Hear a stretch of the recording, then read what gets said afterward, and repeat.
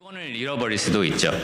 예전에 수요 집회 마치고 우리가 그 열쇠를 잊어버리신 호치님 때문에 이렇게 막 열쇠를 찾느라고 고생한 적이 있었는데, 그때 우리가 느낀 것이, 이게 해프닝이다. 언제든지 일어날 수 있는 일이다라는 생각을 가졌습니다. 저도, 나이가 아직 얼마 되지 않았지만, 내년에 이제 2개월 있으면 40인데요. 이 자리에서 말씀을 전할 때 옛날 같지 않더라고요.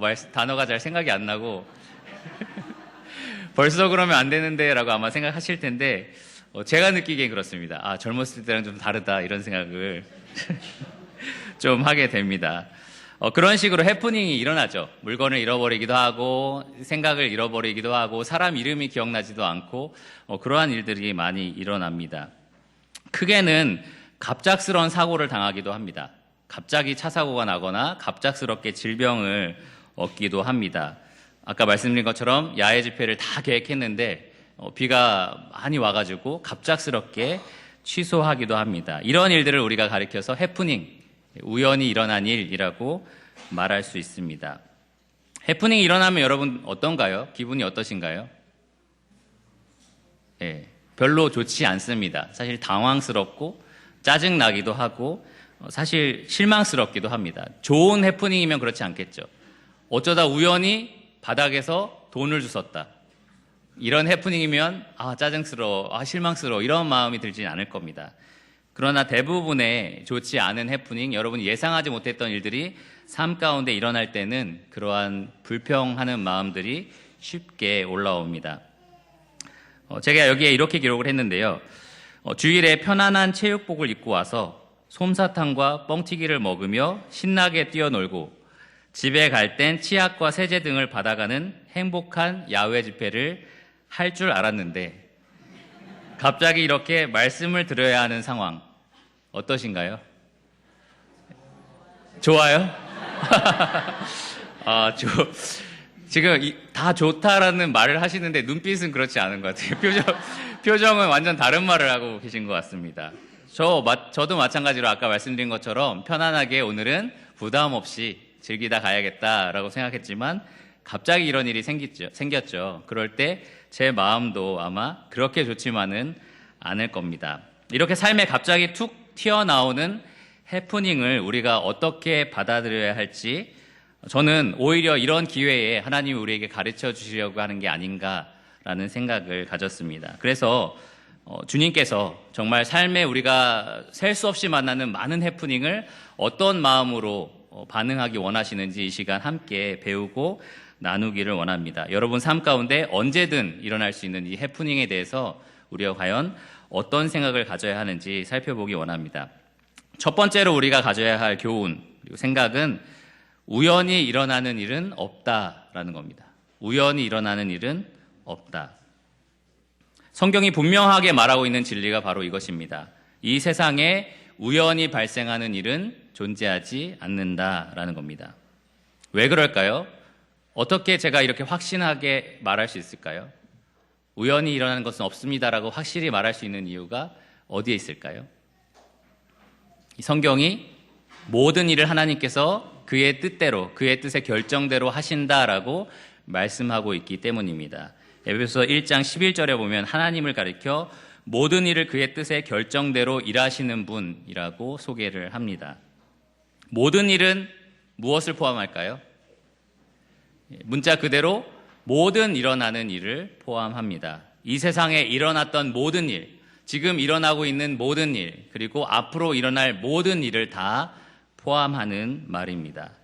그 모든 일이 우연히 발생하는 것이 아니라 우발적으로 갑자기 튀어나오는 일이 아니라 모든 것이 하나님의 뜻의 결정대로 일어나는 일이다. 이렇게 성경은 분명하게 말씀하고 있습니다.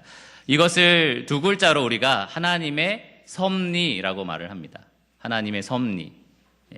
성경은 여러 각도에서 이 하나님의 섭리에 대해서 분명하게 증명을 하는데요. 먼저 자연 세계에 대해서 하나님이 이렇게 섭리를 가지고 계십니다. 시편 65편을 함께 살펴보겠습니다. 시편 65편입니다. 구약 성경 847페이지 정도에 있습니다. 시편 65편 9절에서 10절입니다.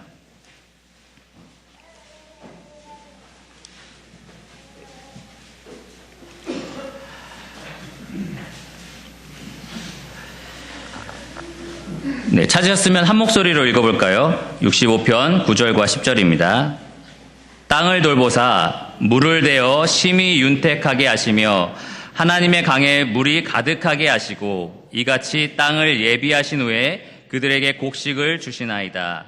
주께서 밭고랑의 물을 넉넉히 대사 그 이랑을 평평하게 하시며 또 단비로 부드럽게 하시고 그 싹에 복을 주시나이다. 네, 이 말씀을 읽어보면 농부가 평범하게 하고 있는 일, 그리고 그것에 대한 결과에 대해서 그냥 말하고 있는 것 같은데요. 이 모든 행위들이 다 하나님이 하셨다라고 노래를 합니다. 땅에서 식물이 자라는 것, 식물의 열매를 맺는 것, 강에 물이 채워지는 것, 하늘에서 비가 내리는 것, 이 모든 것들을 하나님이 하셨다라고 노래를 합니다. 그러니까 우리 눈에 보이는 이 모든 자연 현상들이 그냥 우연히 일어나는 일이 아니라는 겁니다. 하나님이 다 하고 계신다라는 것입니다. 사실 진화론과 이 성경에 부딪히는 면이 여기에 있는데요. 성경은 끝까지 모든 것이 하나님으로부터 시작됐다라고 말을 하고요. 진화론은 모든 것이 우연히 발생했다라고 말을 합니다. 그래서 성경은 모든 자연 환경이 그 시작부터 운행되는 모든 것이 다 하나님의 섭리로 이루어졌다라고 분명히 말을 합니다. 히브리서 1장 3절을 보면 하나님이 그 능력의 말씀으로 만물을 붙들고 계신다라고 말씀을 하십니다. 하루가 이렇게 규칙적으로 계속해서 반복되는 것, 우연히 이렇게 흘러가는 것이 아니라 하나님이 만물을 붙들고 계시기 때문에 가능한 일입니다. 어제 그저께 왜 비가 이틀 동안 내렸을까요? 우연히 일어난 일인가요? 아닙니다. 하나님께서 그렇게 비를 주셨기 때문입니다. 오늘 이렇게 날씨가 맑은 이유가 왜일까요? 하나님이 이런 날씨를 허락하셨기 때문입니다. 성경은 이 분명한 진리를 계속해서 말씀을 하고 있습니다. 하나님이 역사하지 않으시면 아무것도 일어나지 않는다라고 말을 합니다. 예수님께서 직접 하신 말씀이 참새 한 마리가 이 땅에 떨어지는 것 하나님이 허락하지 않으면 일어나지 않는다라고 말씀하셨습니다. 오늘 아침에도 우리가 잠깐 살펴봤지만 오늘 피었다가 지는 정말 여러분이 눈에 잘 보이지 않고 신경도 쓰지 않는 들풀들, 그러한 꽃들 매일매일 입히고 먹이시는 분이 누구죠? 하나님이십니다. 하나님이 만물을 다스리고 계시고 만물을 운영하고 계십니다. 이렇게 성경은 분명히 모든 자연 현상에 하나님의 섭리가 있다라고 분명하게 말하고 있습니다. 두 번째로 성경은 인간의 역사도 하나님의 섭리로 이루어진다라고 말을 합니다. 먼저 사도행전 17장 26절을 제가 읽어드리겠습니다. 이렇게 말씀되어 있는데요. 인류의 모든 족속을 한 혈통으로 만드사 온 땅에 살게 하시고 그들의 연대를 정하시며 거주의 경계를 한정하셨으니 하나님께서 민족을 만드시고 혈통을 나누시고 그리고 땅의 거주를 정하시고 연대를 정하시고 이 모든 것들이 하나님이 하고 계시다는 겁니다. 이 땅에 일어나는 모든 역사가 하나님의 손에 붙들려 있다라는 겁니다. 그리고 시편 33편을 함께 살펴보겠습니다. 조금 앞으로 가시면 될 것 같은데요. 시편 33편 10절과 11절입니다. 구약성경 824페이지 정도에 있습니다. 시편 33편 10절과 11절입니다. 찾으셨으면 다 함께 읽어보겠습니다. 여호와께서 나라들의 계획을 폐하시며 민족들의 사상을 무효하게 하시도다. 여호와의 계획은 영원히 서고 그의 생각은 대대에 이르리로다. 이 말씀도 분명하게 우리에게 말하고 있습니다. 하나님께서 모든 나라의 계획을 폐하시고 또 모든 나라의 사상들을 무효하게 하신다라고 말씀을 하십니다. 인간 역사에 일어나는 것들이 그냥 그들의 결정인 것 같고 그들이 알아서 하고 있는 것 같지만 사실은 모든 것이 하나님의 주권 아래에 있다라고 분명하게 말씀을 하고 있습니다. 사실 인터넷 신문을 봐도 수많은 정치적인 결정들과 사회적인 현상들을 우리가 마주하게 되는데요. 그것이 우연히 그냥 발생하는 것들이 아니라 하나님의 손에 붙들려 있다라고 우리가 확신할 수 있습니다. 그렇다면 여러분 각자의 삶, 개인의 삶에 대해서는 하나님의 섭리가 있을까요? 네, 있습니다. 사실 출생부터 그런데요. 선지자 예레미야에게 하나님께서 예레미야 1장 5절에 이렇게 말씀하셨습니다. 내가 너를 모태에 짓기 전에 너를 알았다. 여러분이 어머니 뱃속에 지어지기 전에도, 생기어나기도 전에도 하나님은 여러분을 알고 계셨다라고 말씀을 하십니다. 여러분의 탄생 자체가, 출생 자체가 하나님의 주권 아래 이루어졌다라는 사실입니다. 다윗도 시편 139편 13절과 16절에 이렇게 노래를 하는데요. 주께서 내 내장을 지으시며 나의 모태에서 나를 만드셨나이다. 내 형질이 이루어지기 전에 주의 눈이 보셨으며 나를 위하여 정한 날이 하루도 되기 전에 주의 책에 다 기록이 되었나이다. 그 말은 여러분의 인생 하루하루 일어나는 모든 일에 대해서 하나님이 이미 아시고 하나님이 이미 자기의 책에 기록을 해 두셨다라는 말입니다. 그래서 자연 만물도 그렇고요, 인간의 역사도 그렇고 우리 개개인의 삶도 그렇고 하나님의 주권 밖에서 일어나는 해프닝은 아무것도 없습니다. 모든 것이 하나님의 섭리 아래 주어진 것입니다. 하나님은 죽이기도 하시고요, 하나님은 살리기도 하시고요, 가난하게 하시기도 하고 부하게도 하십니다. 낮추기도 하시고요, 높이기도 하시고 사람의 걸음을 정하시는 분이 하나님입니다. 되게 흥미로운 말씀이 있는데 잠언 16장 33절을 보면 사람이 제비를 뽑아도 모든 일을 작정하는 것은 하나님이다 라는 말씀이 있습니다. 정말 우연히 뽑는 거잖아요, 제비는.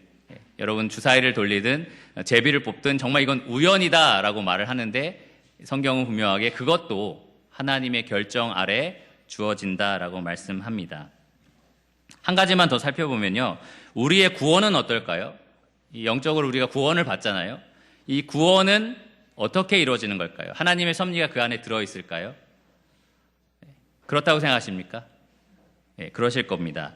로마서 8장 29절과 30절을 보시면 하나님이 미리 아신 자들을 또한 그 아들의 형상을 본받게 하기 위하여 미리 정하셨으니 하나님이 아신 자들을 미리 정하셨다라고 분명하게 말을 합니다.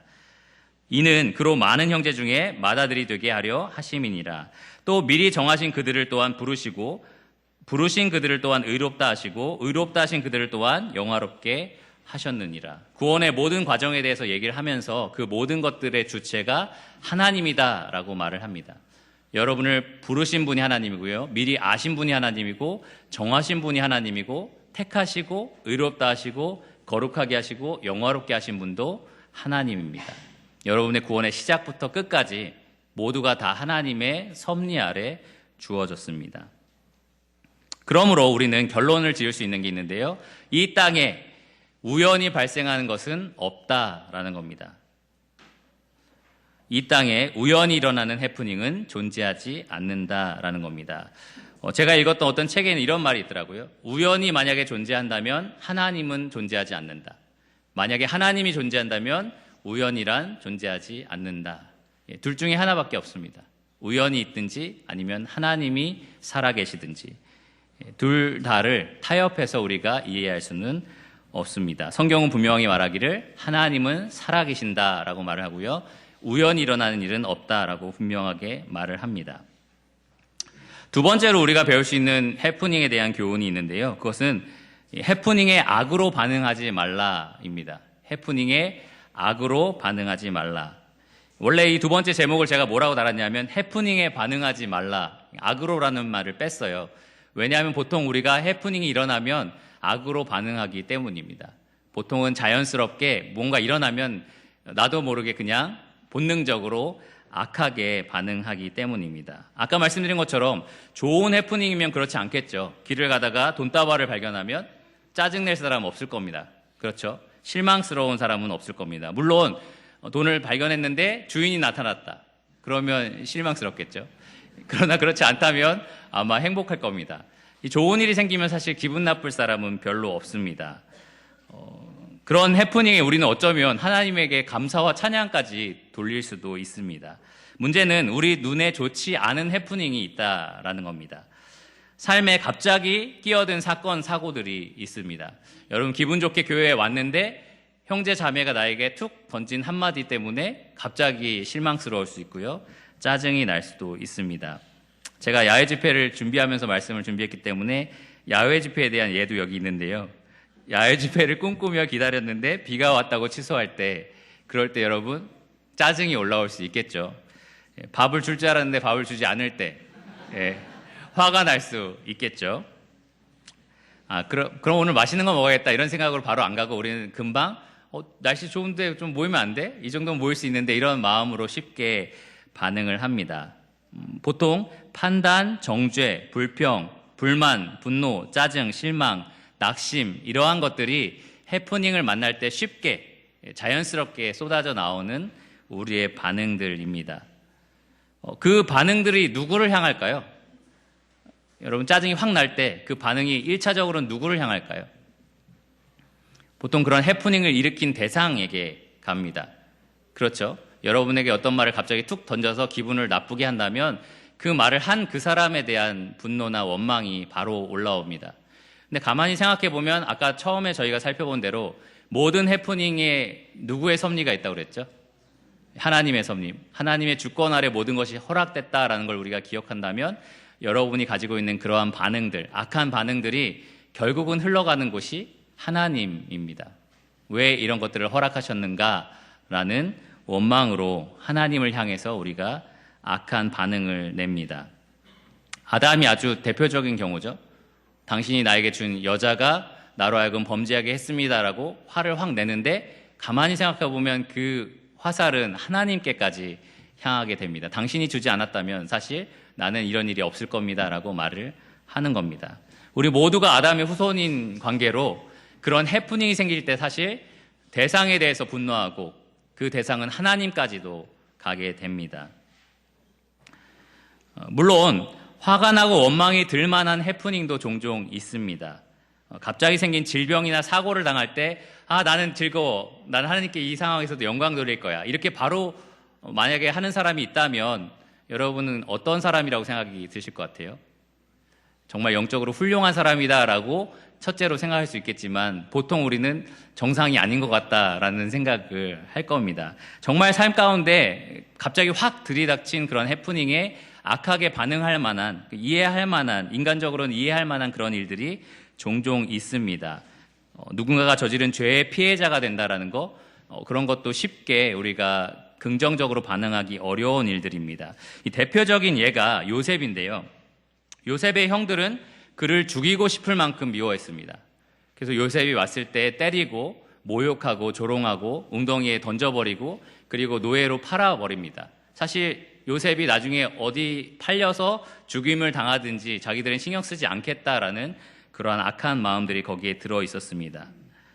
시간이 한참 흐른 후에 요셉이 나중에 깨닫게 되는 것은 이러한 형들의 악한 행위조차 하나님이 선으로 바꾸셨다라는 사실입니다.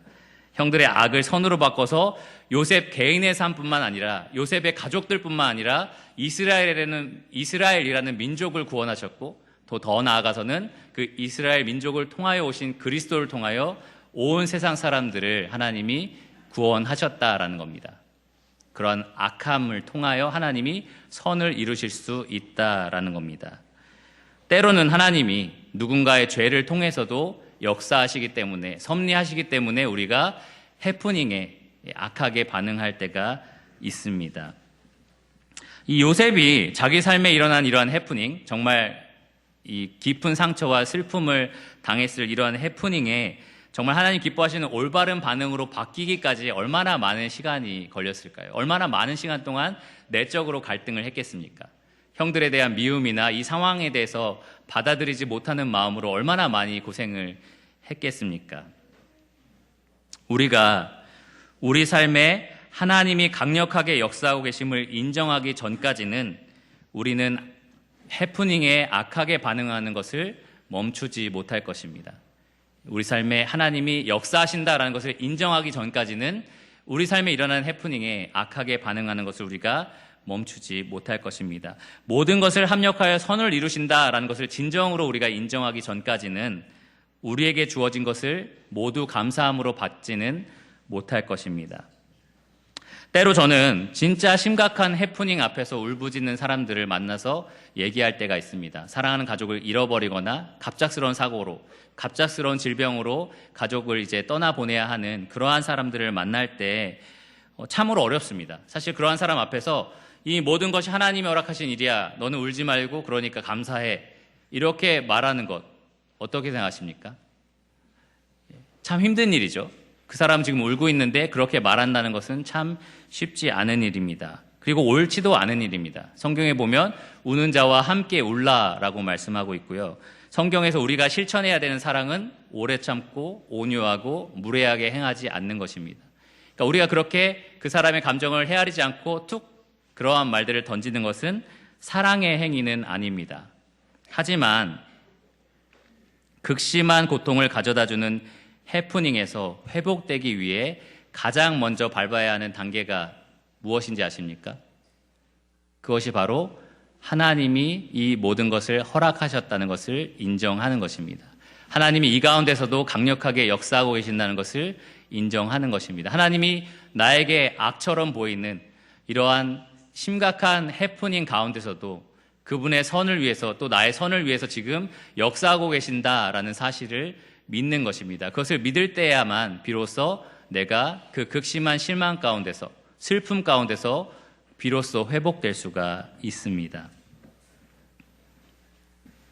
내가 다 받아들이기 힘든 해프닝이지만 그럼에도 불구하고 나를 위해서 자기 독생자를 내어주실 만큼 나를 사랑하신 하나님이 나에게 허락하신 주권적인 일이라면 나는 그분을 믿고 이것을 인정하겠습니다. 받아들이겠습니다라는 마음으로 바뀔 때에야만 우리가 비로소 이 해프닝에 악하게 반응하지 않고 회복할 수가 있습니다. 여기 한 가지 예화가 있는데요. 팀 켈러의 고통에 답하다라는 책에 나온 한 예화입니다. 필라델피아 텐스 장로교회에서 오랫동안 사역을 하고 있는 목회자 도널드 그레이 반 하우스라는 사람인데요. 이 목회자는 이 아내를 잃어버리게 됐습니다. 이제 아내가 먼저 주님 나라에 가게 되었습니다. 어린 딸이 있었는데 아내가 먼저 주님께서 부르셔서 죽게 된 것입니다. 그는 어린 딸 아이를 추스르고 또 아내와 엄마를 잃은 상실을 견뎌내려고 애쓰고 있었습니다. 배우자를 잃어버린 스트레스가 1위라고 하더라고요. 그래서 굉장히 슬펐고 아마 자기의 슬픔을 추스르기도 힘든데 자기 딸에게 그런 것들을 설득하고 함께 끌고 가는 것들이 굉장히 어려웠을 겁니다. 그러던 어느 날 차를 몰고 갈 때 몸집이 아주 큰 이삿짐 트럭이 자기 차를 추월해 가는 것을 보게 되는데요. 큰 트럭이 자기 차 옆을 지나가니까 그림자가 차를 한번 훑고 지나갈 거잖아요. 그런 것들을 경험하면서 이럴 때 내 딸에게 좋은 교훈을 줘야겠다라는 생각이 들었던 것 같습니다. 그래서 딸에게 이렇게 물었습니다. 차에 치이는 게 나을까? 아니면 트럭 그림자에 치이는 게 나을까? 딸이 이렇게 대답을 합니다. 당연히 그림자죠. 치여봐야 아무데도 다치지 않잖아요. 그랬을 때 이 목사님은 이렇게 딸에게 말을 해줬습니다. 맞아. 트럭이 아니라 그림자가 널 치였다면 너는 멀쩡할 거야. 엄마를 치고 지나간 것도 죽음의 그림자일 뿐이란다. 사실 엄마는 살아있어. 우리보다 더 잘 살고 있지. 2000년 전에 진짜 죽음의 트럭이 예수님을 치고 지나갔기 때문이야. 차에 깔려 으스러졌던 예수님 덕분에 우리를 덮칠 수 있는 것은 그 그림자뿐이야. 게다가 그 그림자는 영광으로 들어가는 문 노릇을 한단다. 우리는 그저 예수님을 믿기만 하면 돼. 이렇게 아버지가 딸에게 이야기를 해 주었다고 합니다. 바로 이것이 극심한 고통 가운데 이 사람이 취할 수 있는 좋은 반응입니다. 나를 치고 간 것이 정말 슬프고 괴로운 것이 현실이지만 사실 예수 그리스도 안에서 이것이 모든 것이 허락되었고 사실은 이 모든 것 안에서 우리가 하나님이 허락하시는 선을 이룰 수 있다라는 믿음을 이 딸에게 설명해 주는 것입니다. 여러분 그러니까 예수님을 믿으시기 바랍니다. 여러분의 삶에 일어나는 모든 해프닝 가운데 또 극심하고 슬프고 실망스러운 해프닝 가운데 정말 예수 그리스도를 믿으시기를 바랍니다. 여러분의 일어나는 그 모든 해프닝을 통하여 오히려 하나님의 영광의 문으로 여러분을 인도하실 하나님의 선하심을 믿고 신뢰하시기를 바랍니다. 그리고 우리는 예수님을 본받을 수 있습니다. 죄가 조금도 없으신 그분이 그 삶에 닥친 해프닝이 어땠습니까? 조롱과 모욕과 핍박과 그리고 고난을 고스란히 다 받으셨습니다. 그럼에도 불구하고 모든 억울함, 모든 원망, 모든 슬픔들을 다 공의로우신 하나님께 맡겨드리고 하나님의 뜻대로 순종하신 분이 바로 예수님입니다. 우리는 예수님을 믿음으로 예수님을 본받아서 모든 우리 삶에 일어나는 해프닝을 악이 아니라 선으로 반응할 수 있어야 합니다. 그것이 세 번째 교훈인데요. 해프닝의 선으로 반응하라입니다. 해프닝의 선으로 반응하라.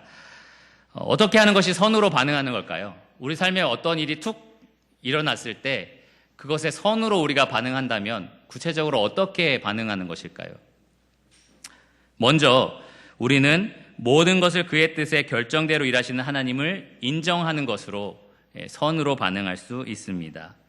내 삶에 일어나는 좋은 일, 나쁜 일, 모든 일들에 대해서 이것에 하나님의 주권이 있다, 하나님이 허락하신 일이다라는 것을 인정하는 것입니다. 그것이 우리가 가장 먼저 할 수 있는 선을 행하는 일입니다. 선지자 미가는 이렇게 말을 했는데요. 사람아, 주께서 선한 것이 무엇임을 내게 보이셨나니 여호와께서 내게 구하시는 것은 오직 정의를 행하며 인자를 사랑하며 겸손하게 내 하나님과 함께 행하는 것이 아니냐. 그러니까 우리가 모든 삶에 일어나는 일 가운데 할 수 있는 것, 겸손히 하나님과 함께 행하는 것입니다. 모든 일어나는 일에 대해서 겸손히 그분의 주권을 인정하는 것입니다. 우리가 그분의 주권을 인정할 때에 하나님께서는 그 가운데 우리가 어떻게 해야 할지를 알려주실 것입니다.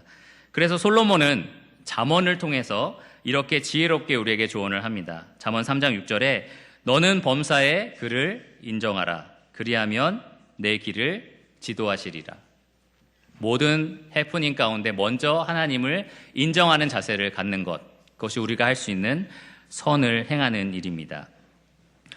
하나님의 주권을 인정한다는 것, 구체적으로 어떻게 주권을 인정할 수 있을까? 우리 삶에 어떤 해프닝이 일어났을 때 하나님 인정합니다, 이렇게 말하는 것인가? 라고 생각이 들 수 있는데요. 세 가지 정도 좀 구체적인 사항을 살펴볼 수 있습니다. 먼저 하나님의 주권을 인정한다면 회개가 포함돼야 합니다. 정말 하나님의 주권을 인정하는 사람이라면 그 안에 회개가 들어있어야 합니다. 우리는 해프닝에 금방 악으로 반응하게 되어 있습니다. 자동적으로 짜증내고 불만을 갖고 훅 이렇게 안 좋은 말들을 하게 되고 사람을 의심하기도 하고 그러한 일들을 많이 행합니다. 그럴 때 하나님의 주권을 인정하는 사람은 먼저 그렇게 한 자기 자신의 죄를 하나님께 회개할 수 있습니다. 자기 아들까지 내어주신 하나님의 사랑을 의심한 죄, 나에게 왜 이런 일을 허락하십니까? 라고 분노했던 하나님을 시험하는 나의 그 마음을 하나님께 다 내려놓고 용서를 구하는 것입니다. 우리가 하나님께 죄를 자백한다면 그는 미쁘시고 의로우사 우리 죄를 사하시고 우리의 모든 허물을 깨끗하게 하실 것입니다. 요한일서 1장 9절에 약속되어 있는 말씀입니다.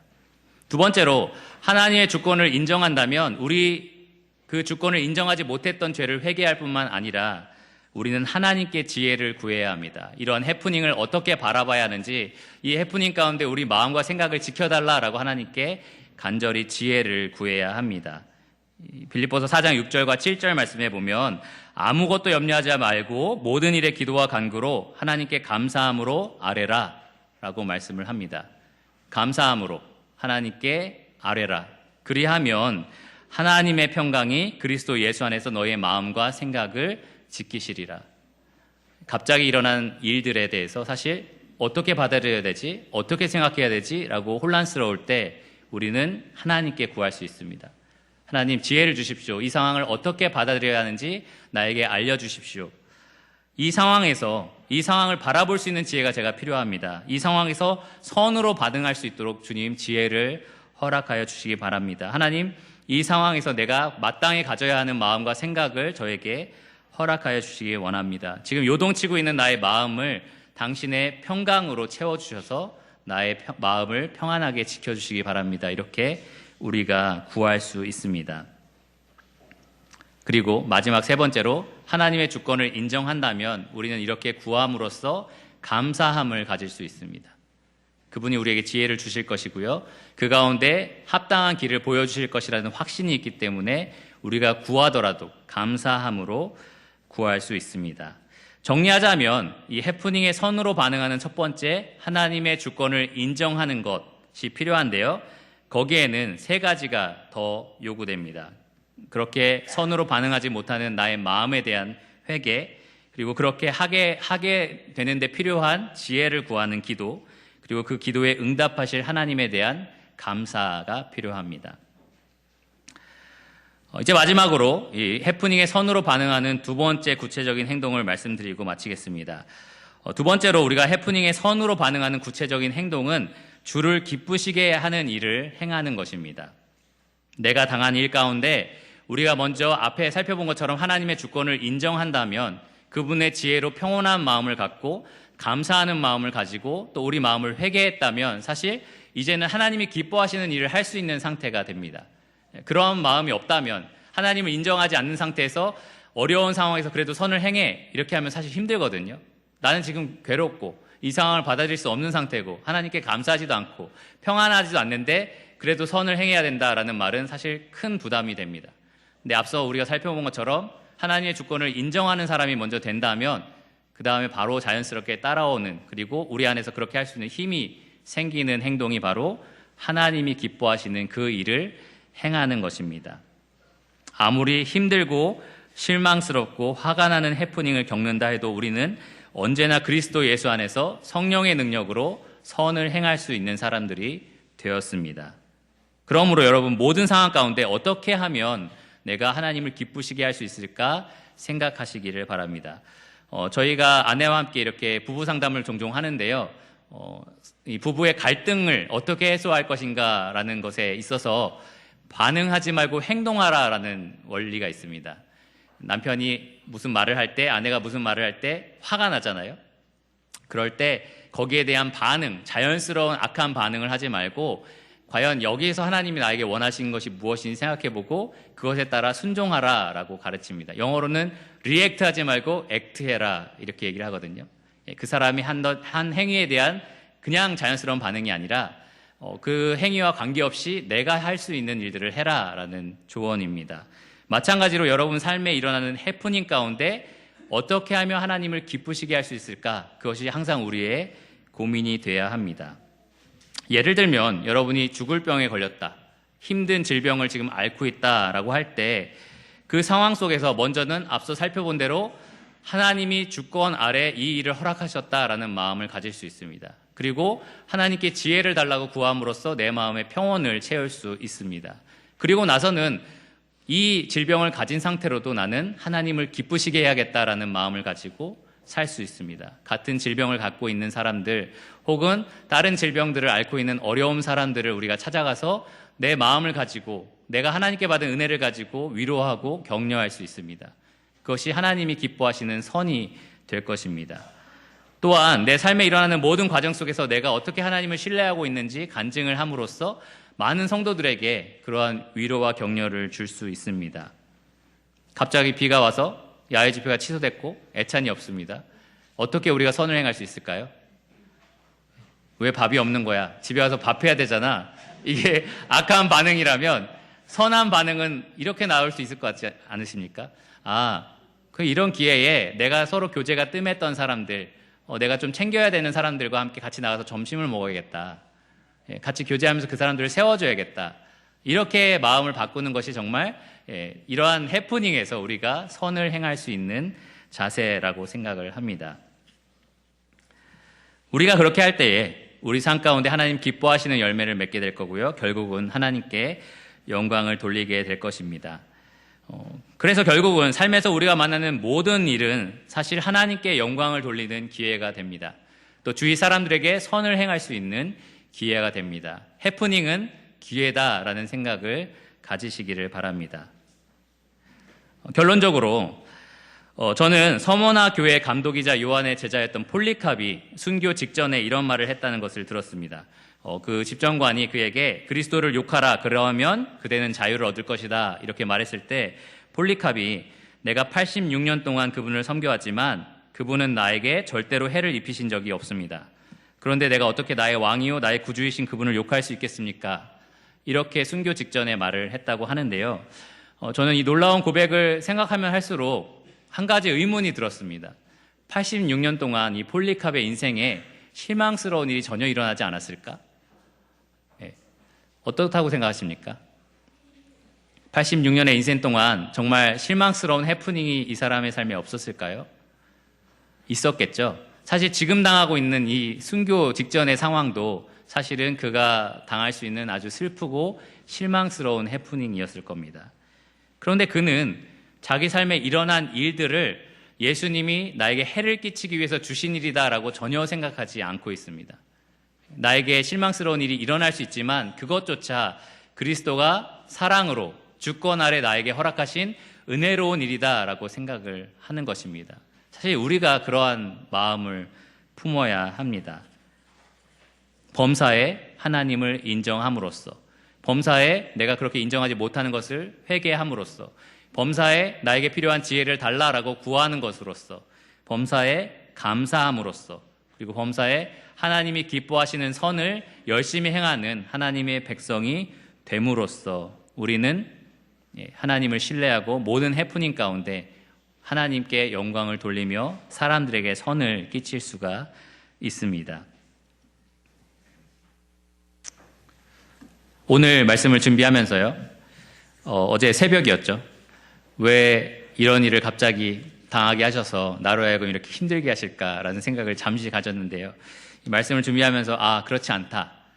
삶에 일어나는 이런 해프닝을 통해서 또 내 삶에 이러한 일들이 주어짐을 통해서 성도님들에게 어쩌면 지금 여러분들 가운데 삶의 여러 가지 해프닝을 경험하고 계시는 분이 계실 거고, 그러한 분들이 이 삶을 어떻게 대처할지 이 말씀을 통해서 은혜를 끼치시려고 하는구나 라는 마음으로 바꿨을 때 늦은 시간이었지만 제 마음에 정말 진정한 기쁨과 감사가 가득 차는 것을 경험할 수 있었습니다. 여러분 삶 가운데서도 그러한 여러 가지 해프닝이 있을 때 하나님께 온전히 영광 돌리는 마음으로 여러분 삶의 자세를 바꿔가시기를 바랍니다. 정말 하나님께 간절히 구함으로써 그러한 마음을 달라라고 구하시기를 바랍니다. 여러분의 삶은 온전히 하나님 손에 붙들려 있다는 사실을 잊지 마시기를 바랍니다. 기도하고 말씀을 마치겠습니다.